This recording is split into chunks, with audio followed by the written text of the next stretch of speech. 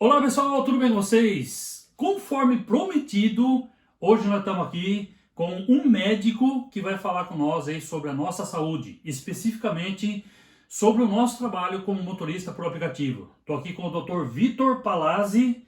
Muito obrigado pela sua presença, meu querido, e nós vamos bater um papo aqui, ó. Fica até o final porque tem coisa interessante que eu já estava conversando com ele e que ele vai contar aqui para nós. Tudo bem? Tudo bem, gostaria muito de agradecer pela oportunidade de estar aqui com vocês hoje e a gente vai conversar um pouquinho sobre a atividade ocupacional que vocês desenvolvem e a promoção de saúde, que eu acho que é um tema importante na longevidade do paciente e creio que seja algo muito interessante para a maior gama de pessoas aí. Então, é uma honra para mim estar com vocês hoje. Nossa, a gente agradece muito e eu tenho certeza que esse vídeo aqui é de utilidade pública. Vai ajudar não só o motorista por aplicativo, vai ajudar todos nós.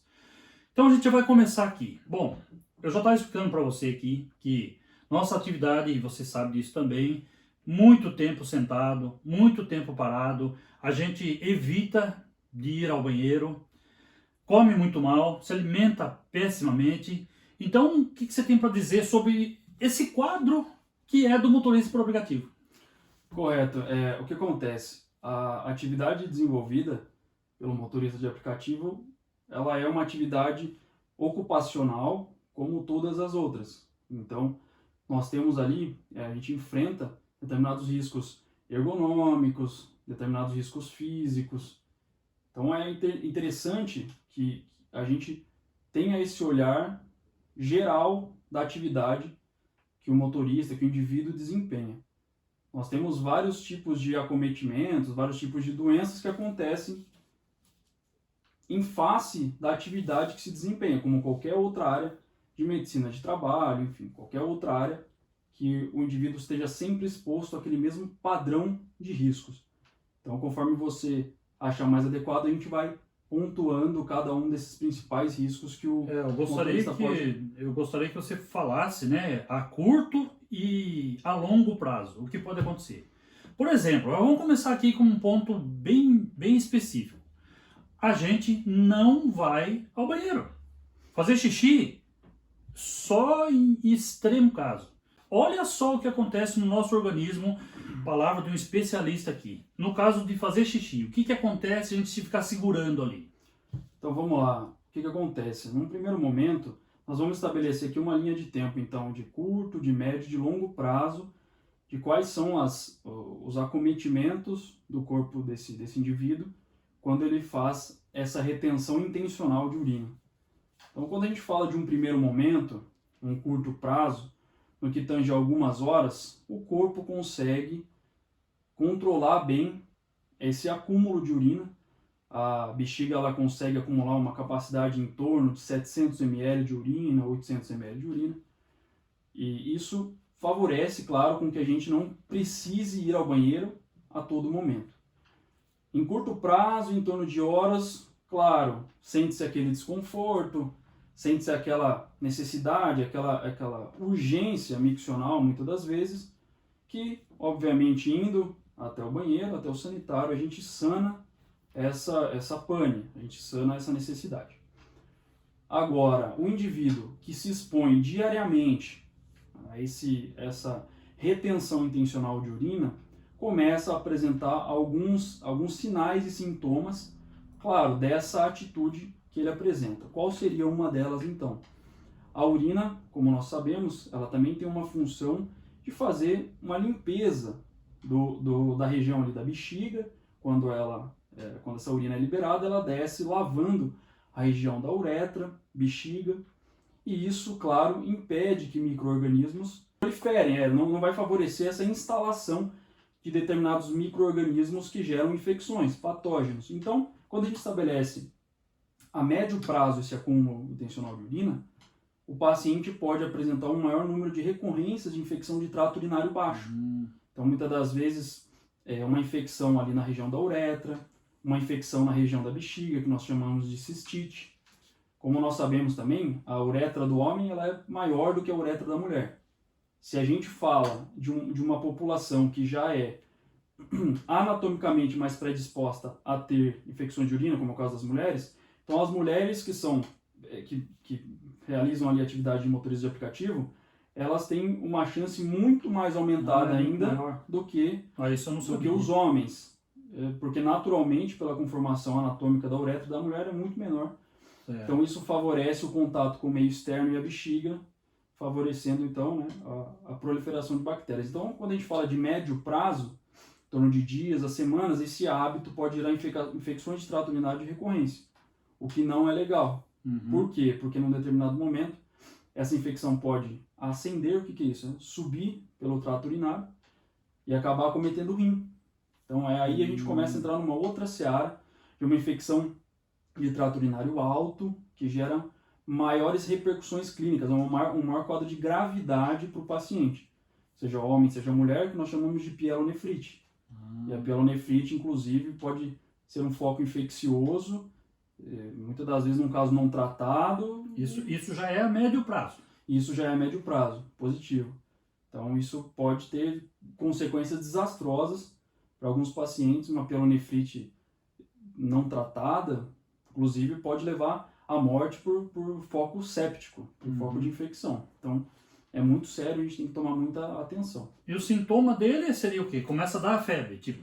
A infecção de trato urinário baixo, a cistite, ela começa muitas das vezes com uma sintomatologia clássica que envolve o prurido, né, na hora que você vai urinar, o paciente sente uma ardência miccional na uretra, como se queimasse, como se estivesse urinando ali, alguns pacientes falam como se estivesse fazendo xixi com pimenta. Então ele sente essa ardência miccional, que nada mais é do que o epitélio da uretra inflamado. Então isso gera uma sensibilidade maior à passagem da urina. Outros sintomas que acometem bastante é o que nós chamamos de estrangúria. O que é uma estrangúria? Muitas vezes na mulher isso acontece bastante. A paciente vai até o banheiro, ela tem uma necessidade, uma urgência de ir até o banheiro. Na hora que ela chega lá, ela urina 1, 2, 3 gotas, e não urina mais nada, e sente como se ainda a bexiga estivesse cheia. A isso nós damos o nome de estrangúria. Existe também a polaciúria. O que é isso? A paciente sente necessidade, ou o paciente sente necessidade de ir ao banheiro várias vezes ao dia. Então vai 5, 7, 8 vezes. Também é um sinal, /sintoma, que faz a gente entender, pensar, aventar a hipótese diagnóstica de infecção de trato urinário. Quando a gente fala na infecção de trato urinário alto, que seria a região de pielonefrite, o paciente começa a apresentar sintomas mais constitucionais. O que seria isso? Febre, começa a apresentar náusea, começa a apresentar inapetência, ou seja, o paciente não quer comer. Então tudo isso, junto com os sintomas de infecção de trato urinário baixo, então a paciente tem, como a gente comentou aí, polaciúria, tem a ardência miccional, que a gente chama de disúria, associado a um quadro de febre alta, de inapetência, de vômito, faz a gente pensar já que essa infecção não está mais restrita somente à parte baixa, já subiu para o rim. Então é importante a gente fazer uma investigação com exames complementares para ver a dimensão dessa infecção. Então nesse caso aí a gente ainda reside no tópico do médio prazo. Então seriam essas duas. Bom, então basicamente jamais segurar, jamais retardar a ida ao banheiro.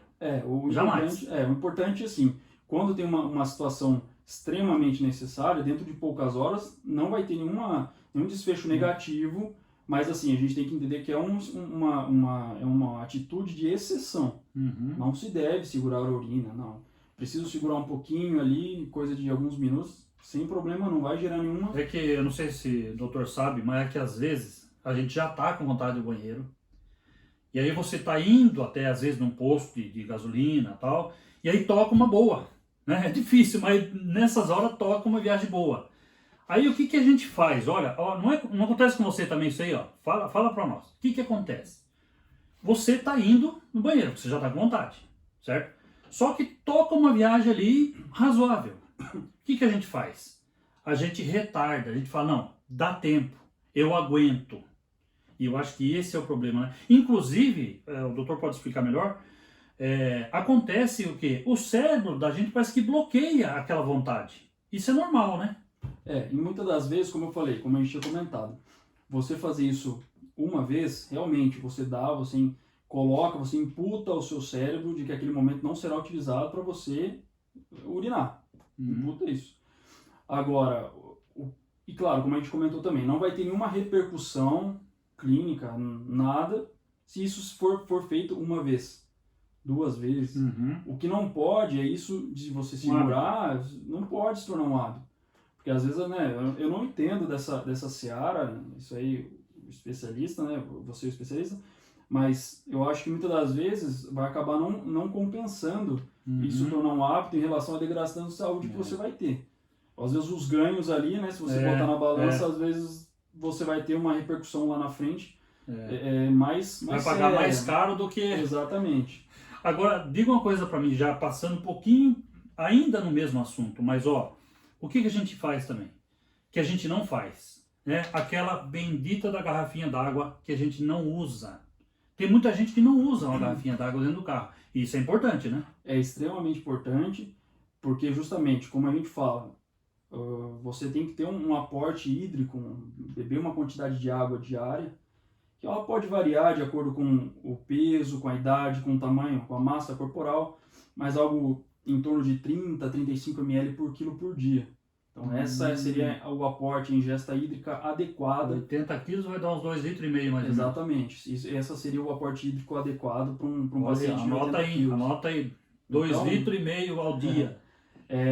Porque o que acontece? No momento que você começa a não colocar água para dentro, essa água não chega no sangue. E o que o rim faz? O rim ele filtra o sangue. Então é bom que o sangue que passe pelo rim esteja sempre com uma quantidade adequada de água, para favorecer que o rim faça essa filtração.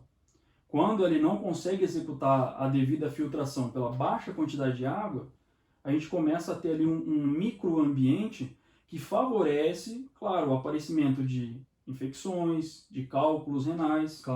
Então, para quem já teve ou algum momento da vida uma crise de nefrolitíase, de cálculo renal, é algo que incapacita completamente o indivíduo. E se o paciente passa por isso, inclusive, uma crise de cólica de rim, dirigindo, ele pode oferecer segurança, deixar faltar segurança para ele e para algum passageiro ou para algum familiar. No trânsito em geral, né? Então, assim, para os outros que estão ao redor, então é uma coisa que a gente precisa ter muito, muito bem estabelecido para evitar esses... E além, né, de você beber pelo menos 2,5 litros de água, né, o importante também é uma boa alimentação, né? Porque o que a gente faz hoje? A maioria, não sei você, tem gente que se cuida, mas a maioria, aquela coxinha com aquela coca, ali na loja de conveniência. E isso quase todo dia, tá? Então, nem uma fruta, nem nada. Então, a alimentação é importante, né? Com certeza. O que é importante a gente entender é que quando a gente se alimenta, a gente vai fazer um almoço, às vezes um café da manhã, baseado em coxinha ou em algum alimento que tenha alto valor calórico, ele é um alimento que ele vai fornecer bastante energia, um valor calórico muito alto, porém a saciedade dele, além de, claro, alto teor de gordura, alto teor de sódio. Então, quando você ingere um alimento além da assim, procedência, né? Sem contar isso, que pode acabar desencadeando aí uma diarreia por enterotoxina, enfim, coisas que vão incapacitando o motorista ainda mais na execução da função dele. Então, é ideal que a gente sempre tenha ali uma quantidade, um aporte de proteínas importante, porque a proteína gera uma saciedade boa. Certo. E também um alimento seja rico em fibras, para que o volume do bolo alimentar gere saciedade. A saciedade está muito relacionada com o quão distendido o estômago do indivíduo foi. Sim. Então, quanto mais distendido for o estômago, maior é a sensação de saciedade. Por exemplo, às vezes você consegue comer aí 3, 4, 5 sacos de amendoim sem sentir uma saciedade grande, porque o volume é pequeno. Agora, se você come um grande prato de salada, o próprio volume do bolo alimentar com aquela quantidade de fibras e água gera já uma saciedade. Por isso que algumas pessoas falam, coma primeiro um prato de salada antes de você comer o seu almoço, justamente para diminuir o volume de almoço que você vai... Então, assim, claro, isso é caso a caso, uma orientação nutricional com um profissional específico disso, mas eu acho interessante a gente sempre focar um bom aporte de proteínas, um bom aporte de fibras, que isso ajuda também a saúde intestinal, que eu acho que é um tópico que talvez você queira entrar depois, que muitas das vezes, como o indivíduo, né, o motorista, ele pode segurar o xixi, porque não segurar também o número 2? Muitas das vezes ele acaba cometendo isso também. E aí geram consequências também, que depois, se você quiser entrar nesse... A sugestão básica, eu acho, o doutor vai confirmar aí, é levar de casa, né? A esposa faz uma janta ali, adequada. Já separa, reserva né? E no dia seguinte já leva, deixa bem acondicionadinho, tem umas bolsas térmicas. Esse é o ideal, você não acha? Eu acredito que sim, porque muitas das vezes você pode não estar comendo um alimento estragado necessariamente, mas só de você comer um alimento que na própria produção, confecção dele, existe uma população de micro-organismos que você não está acostumado, não quer dizer que necessariamente está estragado, mas não é o que sua microbiota intestinal está acostumada. Né? Ela já vai gerar uma reação, e muitas das vezes uma reação inflamatória, que vai se traduzir em diarreia, vai se traduzir em náuseas, vai se traduzir em diversos sintomas gastrointestinais. Agora, deixa aqui, o doutor está falando aí, deixa aqui nos comentários se já aconteceu com você aí. Quero que você comente aí. Comente aqui, já aconteceu com você isso aí? Diarreia, por exemplo? Meu Deus! Eu já tive que entrar num posto de combustível, deixar a passageira. Eu falei para ela, tem 2 opções para a senhora. Eu falei para ela, olhando pelo retrovisor. Senhora, tem 2 opções para a senhora. O que foi? O que foi? Ela assustou. Eu falei assim, ou a senhora pega um outro Uber, ou a senhora me espera. O que aconteceu? Eu falei, eu vou ter que ir no banheiro. Aí parei no posto de combustível. Não, vai, pode ir tranquilo que eu espero. Ela ficou esperando. Pois é. Ficou lá 10 minutos lá esperando, aí eu voltei aliviado, mas tive que fazer isso. Agora, comente aqui, já aconteceu com você isso? Ou se você tem alguma história aí, já conta pra gente que a gente quer saber. Deixa aqui nos comentários. Aliás, se você tem alguma dúvida, você quer saber alguma coisa, o doutor vai estar comigo respondendo aqui todas as dúvidas que vocês tiverem. Tá? Então, deixa aqui nos comentários também o que vocês querem que ele responda, que ele está aqui pronto para nos ouvir aí, né? Com certeza. Então, só fazer um gancho também, por exemplo, você tem que parar para você passar por essa situação de explicar ali para o passageiro e tal. É uma situação que aumenta a carga estressora de uma atividade que por si só já é extremamente estressora. Então, se você pode evitar e deixar a mochila mais leve ao longo do dia em relação à execução da função, eu acho que é uma coisa que vai deixar ela mais leve, né? Para você prestar realmente atenção naquilo que... E no caso de acontecer da gente ter uma diarreia mesmo, que você fica ali horas no banheiro, sei lá, 10, 15, 20 minutos, meia hora, 1 hora no banheiro ali, que você vê que foi tudo mesmo. E o que o doutor sugere que é bom a gente tomar assim, sei lá, bastante água, Gatorade? Eu, no caso, aconteceu comigo, eu tomei 1 litro de Gatorade quase. Então, o que acontece? Fazer uma propaganda aqui. Existem vários, na verdade assim, a diarreia aguda, a diarreia em si é um acometimento que se divide em vários subtópicos. A gente tem as diarreias que são agudas, as diarreias persistentes, as diarreias crônicas, e tudo isso envolve ao tempo que ela fica dentro do corpo. A maior parte das diarreias que a gente enfrenta no dia a dia são diarreias agudas mesmo, que sanam ali dentro de 3, 4, 5 dias. Muitas das vezes essa diarreia que ela advém de uma alimentação com alguma enterotoxina ou alguma, como a gente comentou aqui, alguma população microbiana inadequada para sua microbiota intestinal, qual que é a ideia, a base do tratamento, como a gente é de ampla divulgação, é a reidratação oral, num primeiro momento.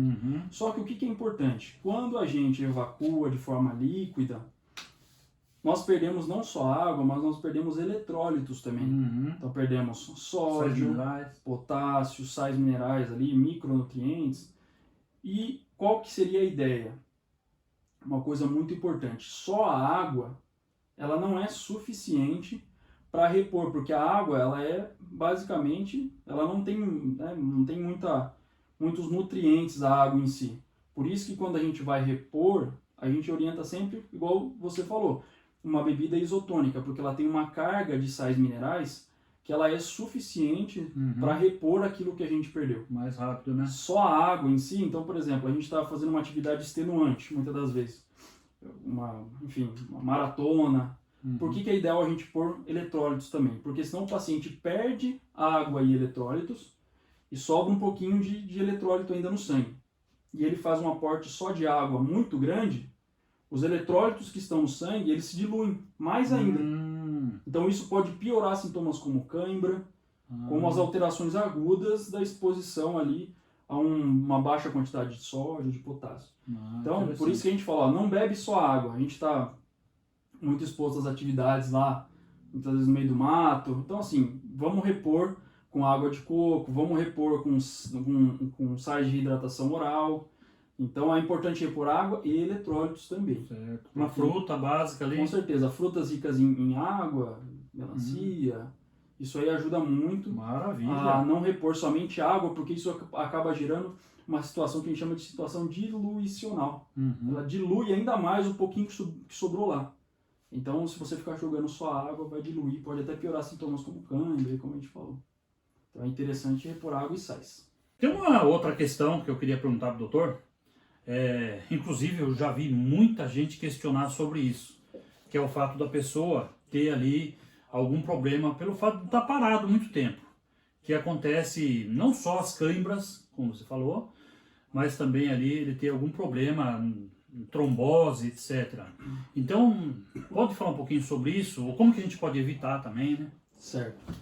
Importante que a gente entenda primeiro como que se forma um quadro de trombose. Eu acho que isso é fundamental para que a gente entenda como prevenir o acometimento, o aparecimento da trombose. Ela aparece nada mais, muitas das vezes, como uma formação de um coágulo de sangue. Muitas das vezes um coágulo de sangue venoso, que é aquele sangue que está retornando para o coração, já menos enriquecido em oxigênio, porque ele já deixou o oxigênio lá nos tecidos. Então é um sangue... E ele acontece porque a pessoa está muito tempo parado, é isso ou não? Um dos fatores, sim. Um dos fatores eu vou mostrar Sim. já, mas um dos fatores é pela falta de movimentação. Sim. Porque o que acontece?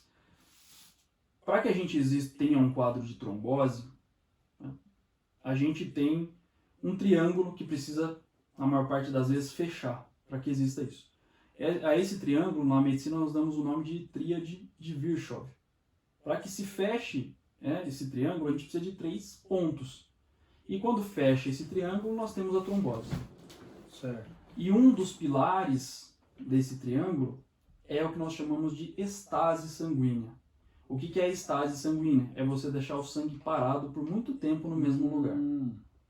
Então, a gente tem os outros 2 pontos, seria o fluxo sanguíneo anormal e o outro ponto, a hipercoagulabilidade. Quando fecham esses 3 pontos, o paciente tem o quadro de trombose, como descrito por Rudolf Virchow lá atrás. E aonde que isso se liga à atividade do motorista? Quando o sangue, para ele voltar até o coração, não existe uma bomba que fica lá no nosso pé bombeando. O sangue ele volta principalmente pela contração dos músculos da perna, principalmente o músculo gastrocnêmio, na região da panturrilha. Que seria a batata da perna. Exatamente. E o que faz a batata da perna contrair para mandar esse sangue para cima? Andar. Movimento. Então, isso somado a alterações de pressão dentro do tórax quando a gente respira, como se fosse um canudo, quando a gente respira, que legal. Isso puxa o sangue lá de baixo para cima. Essa eu não sabia. É respirar bastante.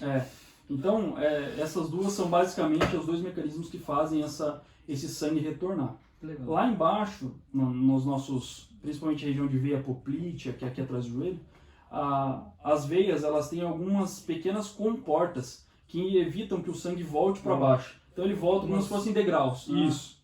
E são nessas regiões de degrau que, se o sangue fica parado por muito tempo, quietinho, paradinho no canto, é ali onde vai se desenvolver a trombose. E o sujeito que não bebe água ainda é pior ainda. Também, pior ainda, com quadro de desidratação, isso vai piorando. Então a ideia é o quê? Justamente você fazer essa bomba funcionar. Certo. Então a gente tem que movimento. Andar. O movimento. Descer do carro ou dá para fazer um movimento ali sentado? O que você acha? O ideal é que se faça fora do veículo, enfim, num local seguro, Sim. onde você realmente consiga deambular, consiga andar. Certo. Andar. Agora, se você por algum motivo está incapacitado de fazer isso, é interessante mexer os dedos, mexer o pé para frente e para trás. Pega uma viagem longa aí. Entendeu? Então, assim, o que as referências de medicina vascular elas orientam? A cada 2 horas, mais ou menos, de parado, né? Aham. É ideal que você ande em torno de 15 minutos, você saia do veículo, ande em torno de 15 minutos, 10 minutos, para evitar Mas eu tô com uma aparecimento. dúvida aqui, que já aconteceu com um colega nosso aí de ter trombose na perna esquerda. E ele tinha um carro que não era automático. Então, ou seja, ele está sempre movimentando ali na embreagem. Uhum. Ou seja, por mais que ele movimentou pra caramba a perna, ainda ele teve esse quadro de trombose. Uhum. Então, são várias coisas Como eu associadas, né? falei, a trombose, o aparecimento da trombose, ela não está única e exclusivamente associada à falta de movimento, mas sim aos outros dois pilares que podem Sim, ser, como sim, uma hipercoagulabilidade e como um fluxo sanguíneo normal, por exemplo. São o triângulo. O triângulo tem que se fechar. Entendi. Então, como a gente fala, quando a gente evita a base ali do triângulo, Bem explicado. Agora, quando a gente evita uma base, não quer dizer que as outras duas não sim, estejam sim. Entendi. presentes.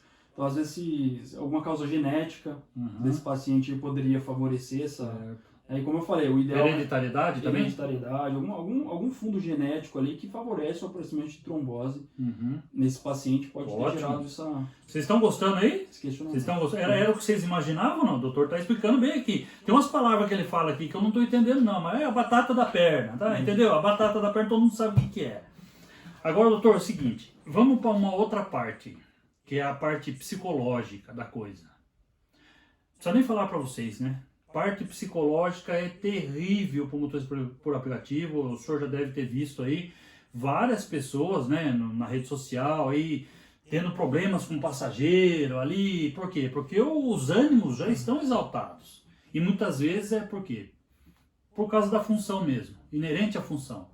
Então, o nosso psicológico, como é que a gente vai resolver esse problema do nosso psicológico? Realmente aumentando eu sei que eles vão escrever ali. Aumentando o valor das viagens. Assim, seria a pergunta aí de R$1 milhão, né? Como que a gente consegue sanar essa pane psicológica que na verdade afeta uma grande, para não falar todas as profissões hoje em dia aí, claro, com algumas mais, né?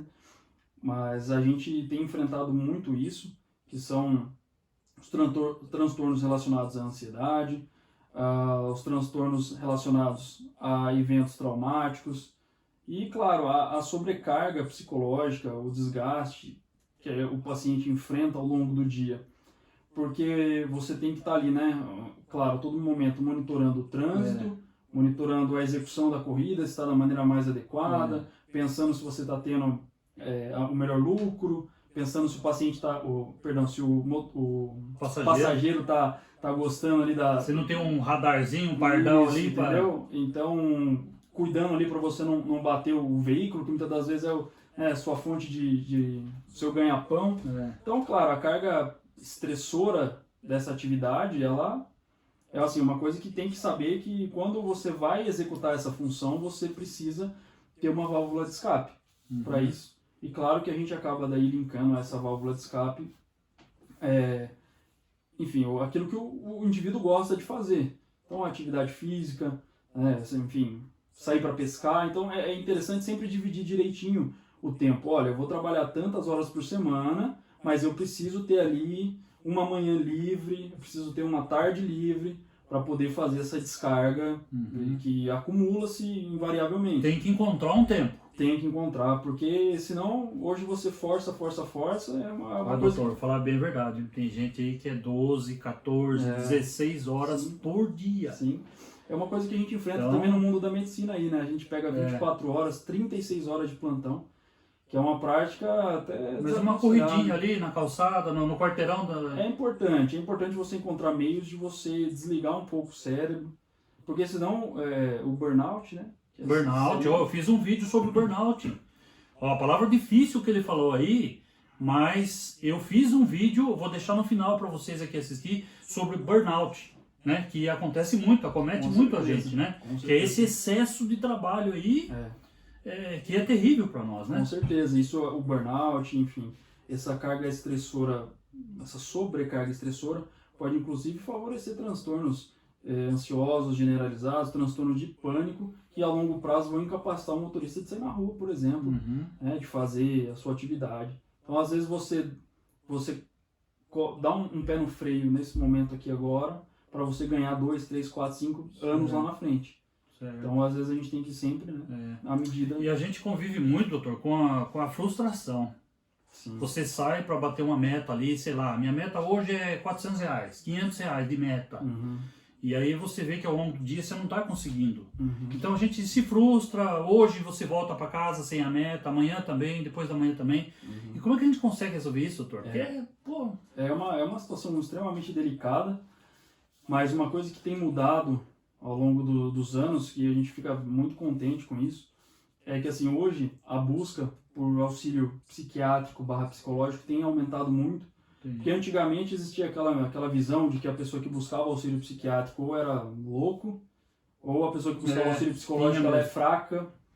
Então hoje, graças ao advento de várias técnicas novas, a gente consegue dar um suporte muito mais incisivo e com uma taxa muito melhor de coisas assim. Muitas vezes o paciente mesmo não está acreditando no tratamento, mas quando ele está inserido no tratamento... Fazer uma terapia, a gente aconselha fortemente. Tanto que assim, eu lembro da época de faculdade, na disciplina de psiquiatria, uma coisa que me chamou muita atenção é que sempre, junto com uma medicação psiquiátrica, enfim, sempre existia o que a gente chama de terapia cognitivo-comportamental, ou a psicoterapia. Então sempre, sempre, sempre, os dois sempre juntos. Então são técnicas, um conjunto de técnicas que ajudam muito, muito, muito a você a lidar melhor com esses, né, com esse estresse, com essa angústia, com o medo, com a ansiedade, com a frustração, que a gente sabe que tem infelizmente. Então, assim, inclusive o medo é uma das coisas que a gente, né, tem muito. Sofre. Tem gente que inclusive já passou por situações, né, e mesmo assim continua no mesmo trabalho. Você imagina como que essas pessoas estão vivendo hoje. Então assim, às vezes transtorno de estresse pós-traumático, às vezes tem motoristas aí que passaram por alguma situação violenta, com roubo, com sequestro, né, foram expostos aí. Então, assim, tudo isso a gente recomenda fortemente que busque o auxílio da psicoterapia, para não espera dar ruim, não espera você ter um burnout ali no meio do trânsito. Não espera, faz isso de maneira preventiva. Não esperar fundir o motor para colocar o óleo, né? Não, espera assim, faz sempre de uma maneira preventiva, que os resultados a longo prazo eles são excelentes. E dá diferença, doutor. Quando você pega de manhã e você faz uma corridinha, né, que seja ali 3 km, uma caminhada de 2, 3 km, aquele dia é diferente. Inclusive a atividade física ela está relacionada, como a gente já sabe, as sociedades de medicina esportiva sabem muito bem sobre isso, que a gente libera determinadas, né, porções de hormônios, principalmente a endorfina, que aumentam a sensação de bem-estar quando a gente realiza aquela atividade física. É isso aí que eu estou falando. Então você imagina, você ir com uma porção de endorfina para a sua atividade, né, para você fazer suas corridas, é uma situação completamente diferente, inclusive na lucidez de pensamento, na tomada de decisões, no raciocínio, ela é muito mais saber apurada. Escolher a viagem. Exatamente, ela é muito mais apurada do que quando você vai numa situação de estresse, com cortisol lá em cima, né? Que o cortisol seria o hormônio ali da luta e da fuga.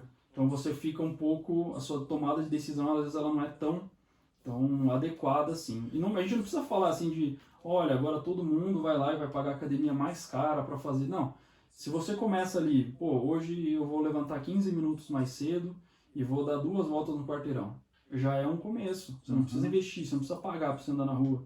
Certo, já dá para você. Atividade bem básica, né? Atividade fácil básica, de todo mundo fazer, entendeu? né? E aí você vai começando. Basta querer, né? Basta querer, porque eu sei que a gente precisa de muitas horas nesse nosso trabalho, mas a gente precisa pensar em nós. Sim. Né? Porque é uma analogia, a gente no mundo da medicina, no mundo médico, a gente também, se a gente não prestar atenção, a gente também perece.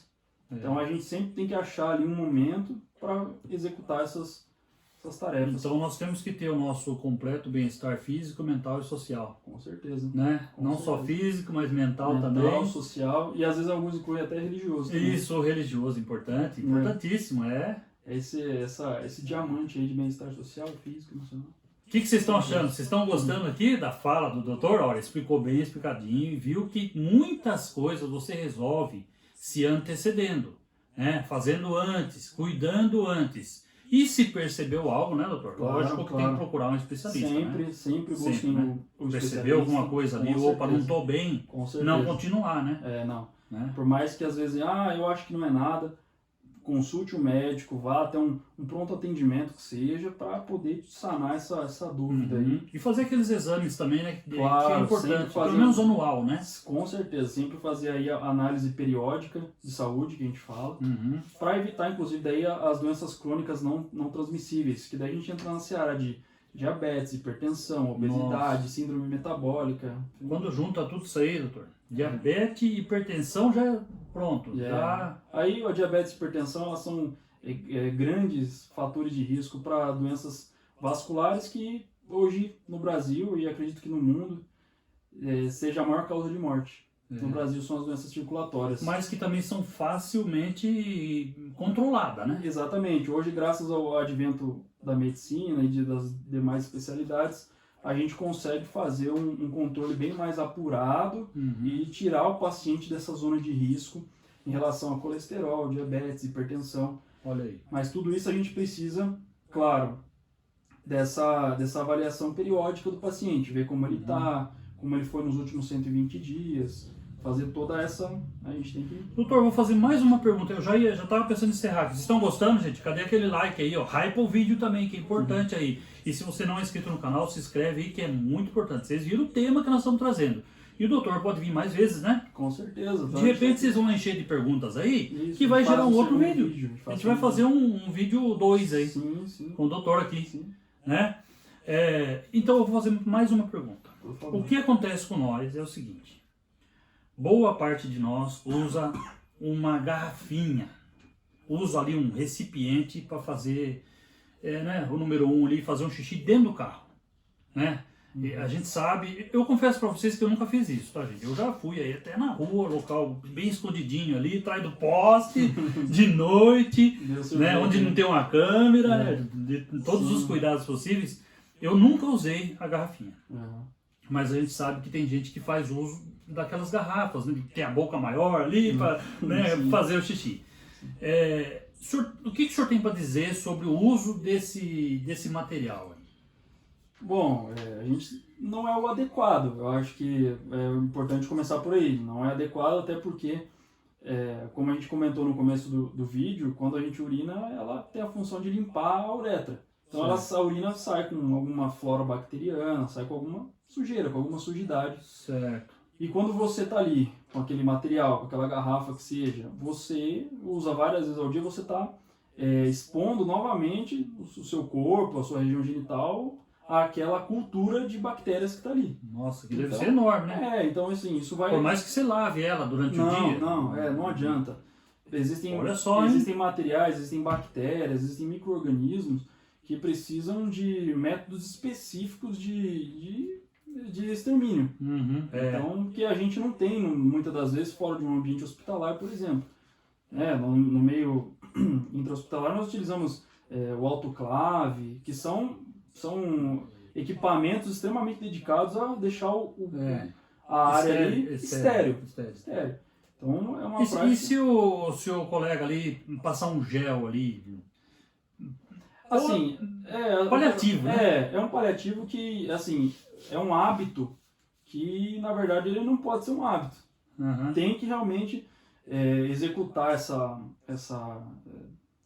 atividade no local adequado, porque, mais uma vez, você tenta ganhar hoje alguns minutos aqui, mas você perde lá na frente. O doutor não recomenda o uso da garrafinha. Sempre que possível, parar um sanitário adequado, inclusive também, coisa que o homem não faz muito, que é fazer a higienização do órgão genital dele depois que ele usa. A mulher é muito comum, né? Utilizou ali e já faz a higienização. Mas no caso seria o quê? Aqueles lenços umedecidos? Pode ser um lenço umedecido, sem álcool, né? Fazer a correta limpeza, que isso ajuda muito também a evitar, principalmente quando se passa muito tempo fora de casa. Interessante, hein? Quando se passa muito tempo fora de casa, as próprias bactérias que estão contidas, por exemplo, na roupa íntima, na calça, tudo isso pode proliferar naquela região ali, gerando infecções, bronquite, várias coisas. Maravilha.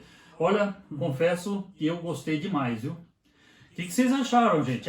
Merece o like. Deixa aí, se você não deixou o like ainda, quero ver essa quantidade de like aí, tá? Dependendo de como for, a gente vai trazer muitos temas desse jeito. O doutor está aqui à disposição. ele não mora aqui, ele é de longe, mas, né, doutor, o senhor mora onde? Eu atualmente estou residindo em Taubaté. Você faz o que lá? O trabalho? Eu sou tenente médico do Exército. Tenente médico do Exército, hein? Olha só, trabalha na aviação do Exército. Positivo, na aviação do Exército. Lá a gente... Tem uns vídeos aí descendo de rapel lá do avião. É incrível esse trabalho, hein? É emergencista, né? Positivo. E a gente executa essa função lá de fazer esse apoio de saúde aos militares que precisam. A gente presta assistência à saúde aos militares e aos familiares também. Olha só, tá vendo, militares. gente? E executamos algumas missões quando acionados aí, em relação a busca e salvamento. Também... Olha só. Local... Isso, local inóspito. Inóspito. E aí a gente desenvolve essas atividades, apoiamos missões de adestramento da força, nós fazemos diversos tipos de atividades assistenciais, missões também humanitárias, a gente atua. Que legal, hein? Doutor tem Instagram, né? Sim. Quer que o pessoal siga seu Instagram? Pode seguir lá, é doc_PA. Vou deixar aí. LAZZI, Doc Palácio. Aí, segue o doutor lá pra vocês verem o que esse doutor faz, cara. E eu costumo dizer pra ele que ele é muito inteligente. Sempre foi. E essa inteligência, vocês podem ver que ele não tem nada a ver comigo, ele não é parecido comigo, mas ele é meu filho. Agora a inteligência puxou o pai. Isso aí, valeu. Viu, gente? Eu queria... Ele tá comigo aqui há quantos anos já? Todos os anos, mais 20, de 30 anos. Não, quase 30 anos que a gente está anos. junto aí, né, filho? E então hoje ele está aqui comigo, aqui em casa, aqui no meu escritório, ele acompanha aqui meu trabalho, e eu queria que ele falasse, durante muito tempo eu queria que ele falasse, trazer essas informações para nós. E aí hoje ele está aqui com tempo livre. E vai ter mais tempo livre para mim ou não? Com certeza, o pai a gente sempre tem. E pra gente pra mim é uma felicidade, uma honra poder executar essa atividade de promoção de saúde, que o médico ele não não faz só a medicina curativa, faz a medicina preventiva também. E para mim é uma honra poder retribuir de alguma forma para todo mundo que está aí inscrito, né, olhando, acompanhando o canal. E para mim é uma satisfação imensa.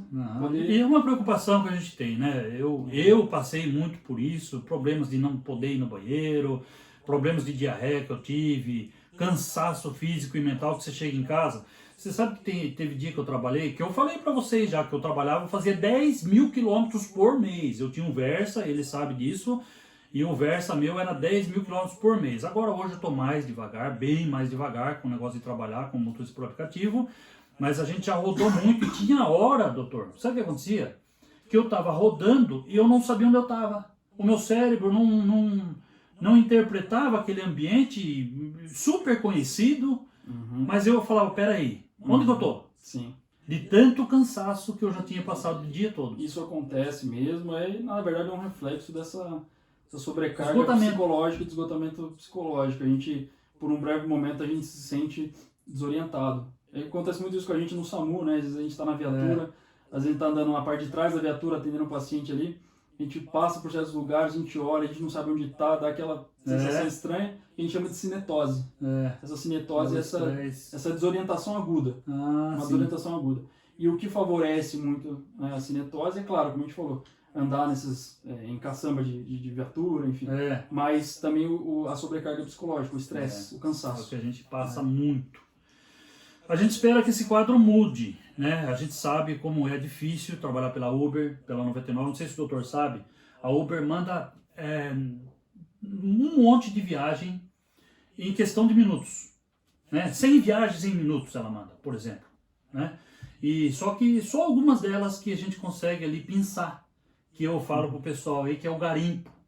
Então você imagina a quantidade de estresse para você ficar olhando se aquela viagem você vai fazer ou não. Sim. Você imagina a quantidade de... É uma decisão rápida, que ela vai julgar se você vai ter lucro ou prejuízo naquele momento. Exatamente. É uma coisa que, exatamente. Né, no final do dia você vai colocar, né, fazer o rol ali de escolhas que você tomou e você vai ter lucro ou não. Então é uma coisa...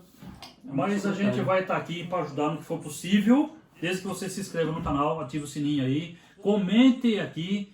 A gente pode ter deixado de falar alguma coisa, mas a gente volta a falar, tá? Então comenta aí se aconteceu alguma coisa com você, comenta aí e a gente vem e fala nos outros vídeos aí. Com Doutor, certeza. Muito doutor, obrigado. filhão, mais uma vez, muito obrigado. obrigado. Tamo junto. É isso pai. aí, tamo junto. E é isso aí. Consultem o médico de vocês. Isso. E façam acompanhamento psicológico. Vocês vão ver que muda muita coisa.